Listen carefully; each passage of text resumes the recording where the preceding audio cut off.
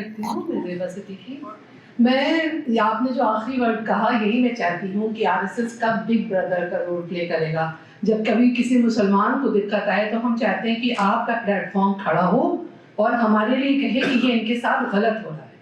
मैंने कभी भी नहीं देखा कि हम लोग के साथ कुछ गलत होता है तो आरएसएस आके कहता है गलत हो रहा है। ये आप बिग ब्रदर हैं तो आप बिग ब्रदर का रोल कभी भी प्ले नहीं कर रहे हैं, उसमें कमी रह जा रही है आपकी।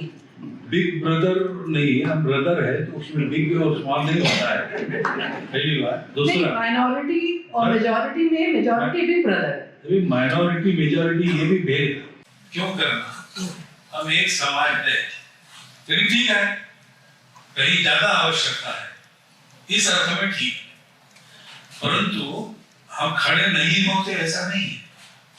हम खड़े होते लेकिन अप्रोच ही लेना, हम आपसे मिल ले रहे हैं, आप हमसे मिल ले रहे हैं, जहां मिलते हैं वहां मेरे पर्सनली मेरे पास नागपुर में मुसलमान भी अपनी समस्या लेकर आते हैं और जहां जो हो सकता है मैं करता हूँ।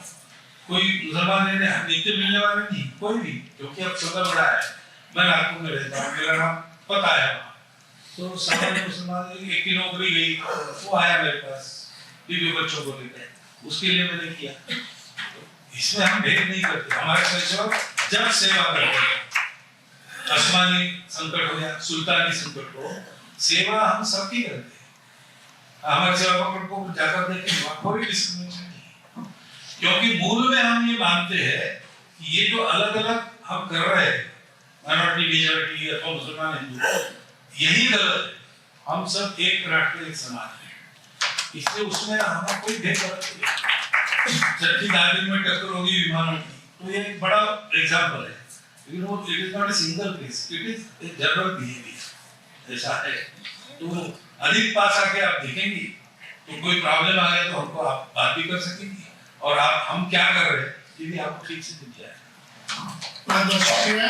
मैं समझता हूँ कि हमारे सभी साथियों को अच्छा मौका मिला, सबने अपनी बात को रखा और जो जवाब था उसको गलत होगा, जो व्याख्या आपको मिली मैं समझता हूँ कि बड़ी हद तक उससे आप लोग बहुत थे।